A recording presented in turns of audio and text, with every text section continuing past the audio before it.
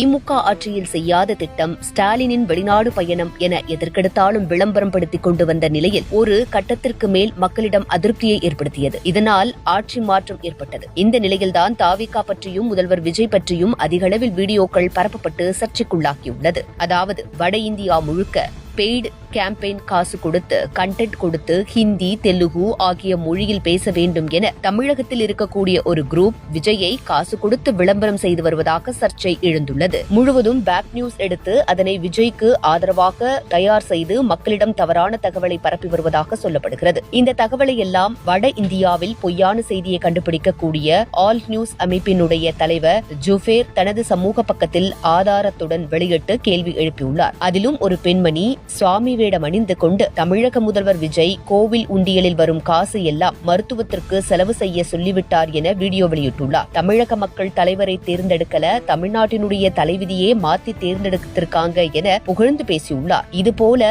ஒரு பொய் சொல்லவில்லை, 7 வீடியோ வெளியிட்டு பொய் மேல் பொய் பரப்பி வந்துள்ளார். ஒரு வீடியோவுக்கு 75,000 ரூபாய் வாங்கியிருக்காங்க. 10 வீடியோக்கு 7,50,000 அந்த பெண்ணுக்கு கொடுக்கப்பட்டிருப்பதாக கூறப்படுகிறது. மேலும் 100 நாட்கள் ஆட்சி முதல்வர் விஜய் சிறப்பாக செயல்படுத்தி இருக்கிறார் என வடமாநில இன்ஃபுளுயன்சர்ஸ் மூலம் பரப்பி வருகின்றனர். தமிழகத்தில் 10 நாள் ஆட்சியில் கிட்டத்தட்ட 187 கொலைகளும், பாலியல் வன்கொடுமைகளும், தலித் மக்களின் பாதுகாப்பு, ஆணவ கொலைகள் உள்ளிட்ட விவகாரங்களில் கடந்த 100 நாட்களில் அரசு உரிய நடவடிக்கை எடுக்கவில்லை. ஆனால் எதுவும் நடக்காதது போன்று வீடியோ மூலம் தவறான தகவலை பரப்ப ஒரு கூட்டம் முயற்சிக்கிறதா? மேலும் தாவேகா ஆட்சியை உருவாக்குவதில் சமூக வலைதளங்களில் பரப்பப்பட்டதாக கூறப்படும் தகவல்கள் முக்கிய பங்கு வகித்துள்ளது. இதன் பின்னணியில் எதிர்காலத்தில் தேசிய அரசியலில் தமிழகத்தைச் சேர்ந்த ஒருவர் பிரதமராக வேண்டும் என்ற நோக்கம் இருப்பதாகவும் குற்றம் அதிகரித்துள்ளது. இதெல்லாம் முதல்வருக்கு தெரியாமல் நடக்கிறதா அல்லது முதல்வரின் அனுமதியுடன் ரூட் மாஃபியாவாக நெருங்கியவர்கள் யாரேனும்